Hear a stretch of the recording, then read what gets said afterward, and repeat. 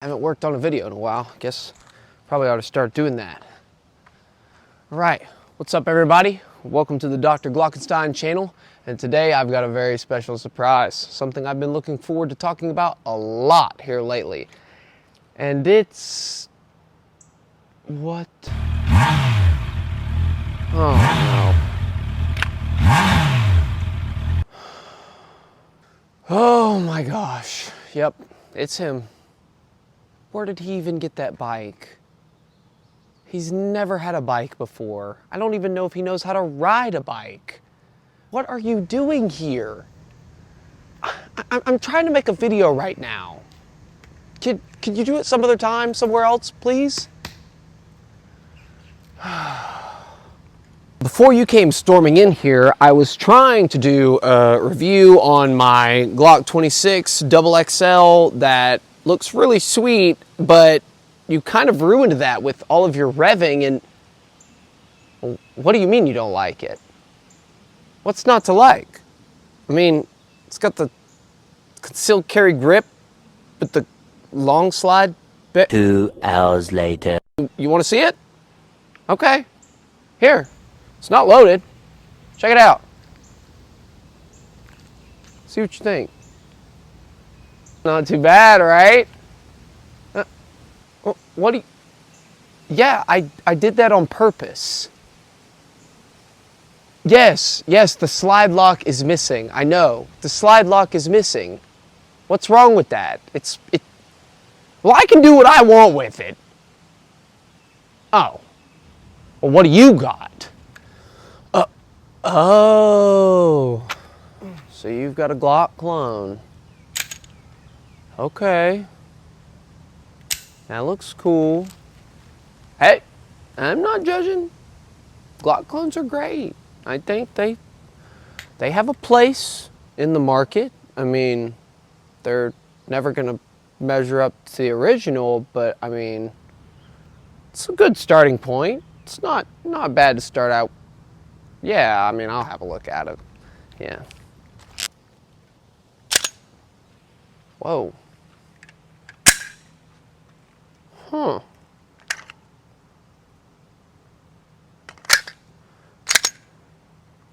You just got this? This is pretty cool.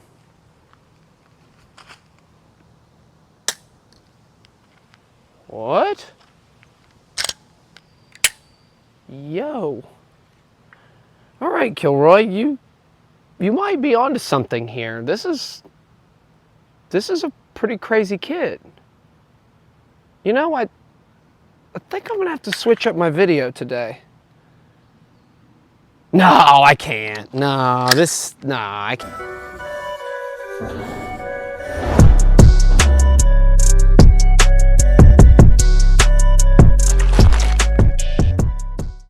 With arms wide open under the sunlight.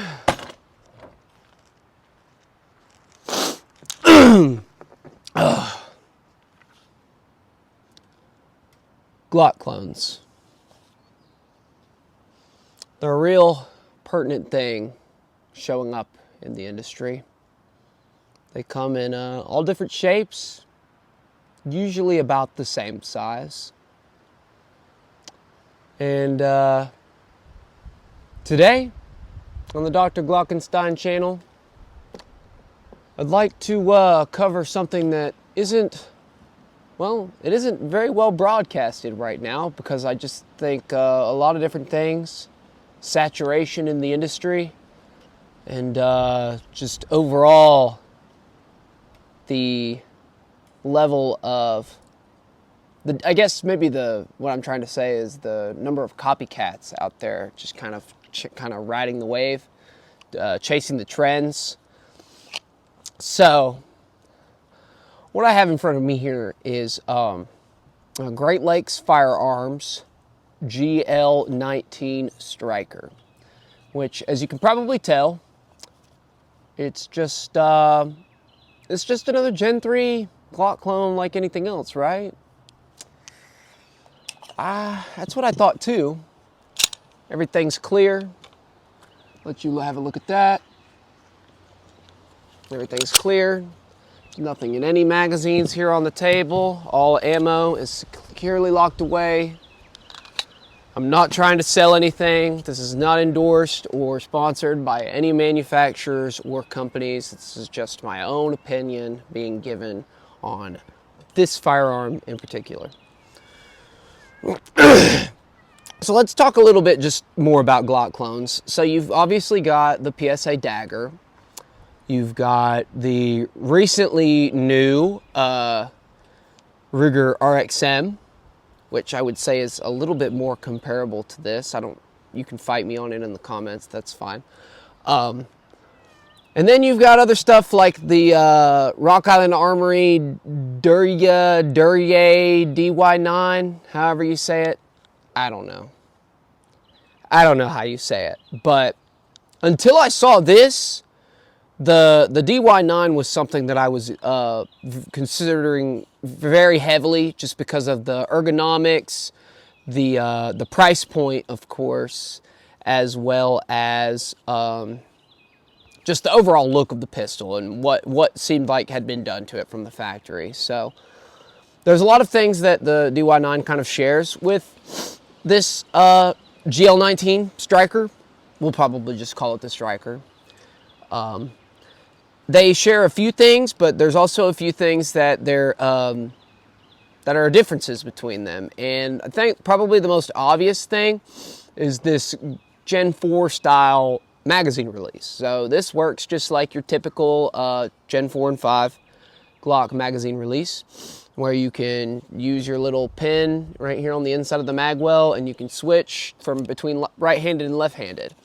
I'm a left-handed shooter, but I don't have any of my Glocks switched the magazine. I don't switch the magazine release on any of my Glocks just because they're so easy for me to just barely break my grip and get the magazine release and then just re-grip when I'm reloading. But so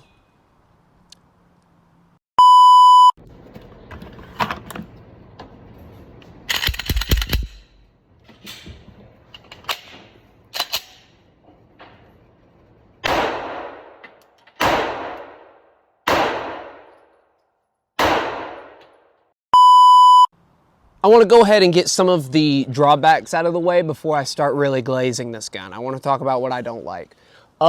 This slide looks like it was made in Minecraft. The edges are really hard.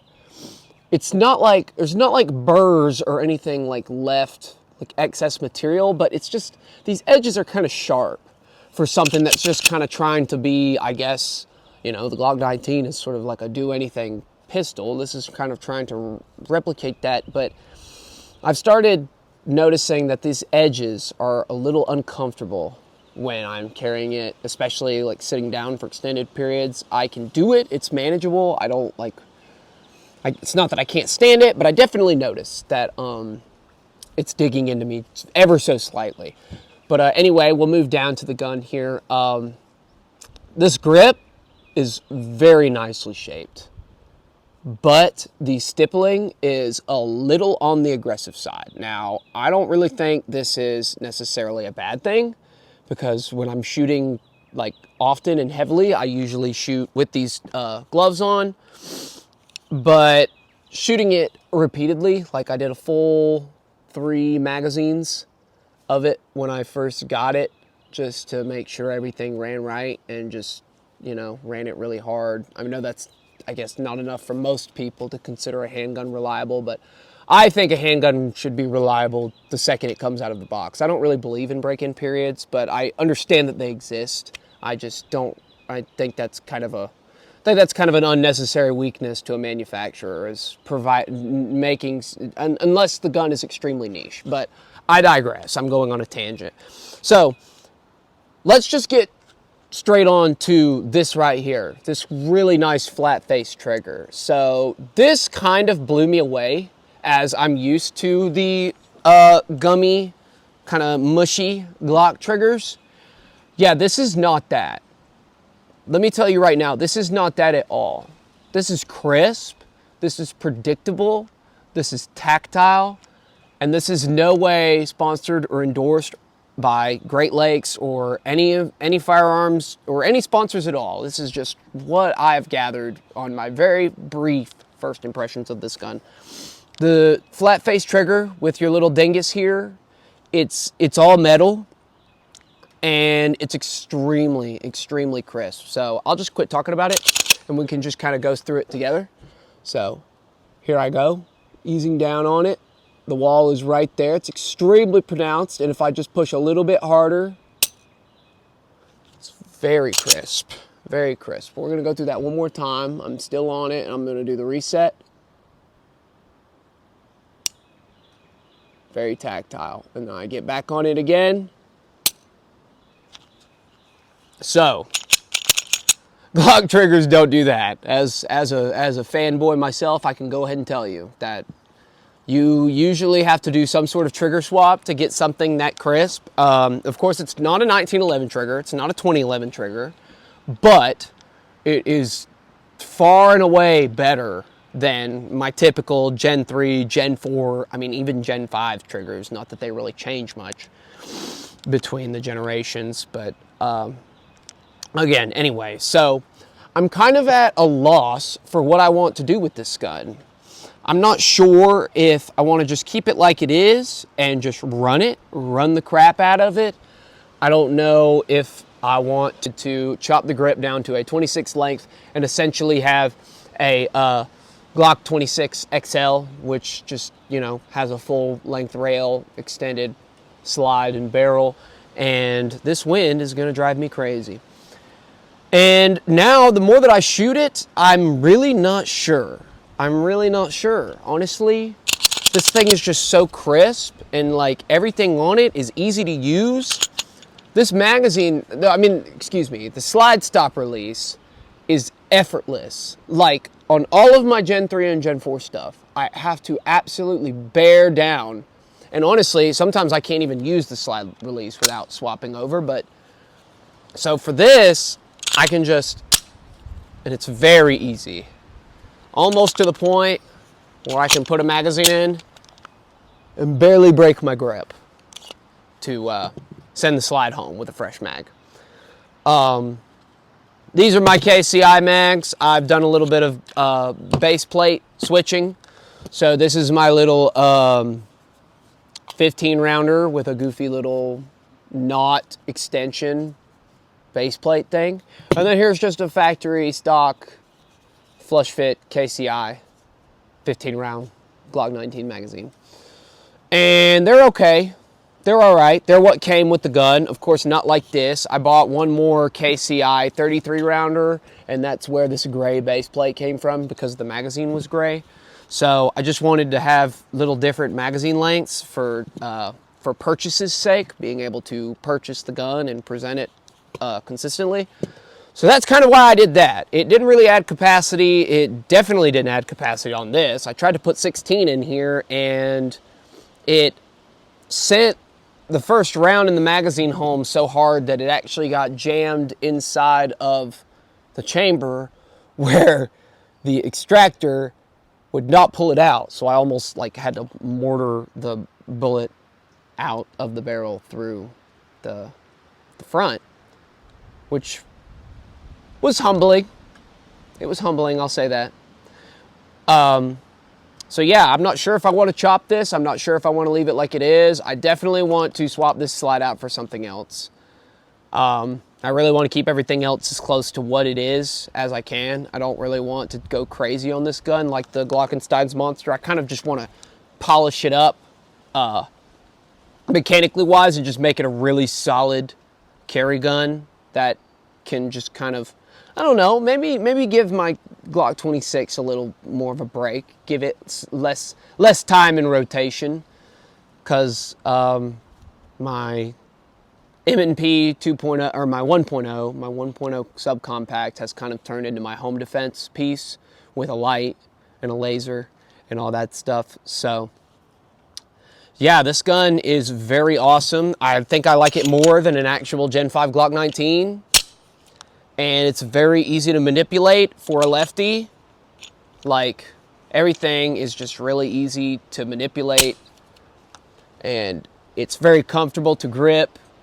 I mean, the sights are blacked out, so I mean, it is what it is. Like I said, this is optic cut for RMR, so you can't push the rear sights out like normal.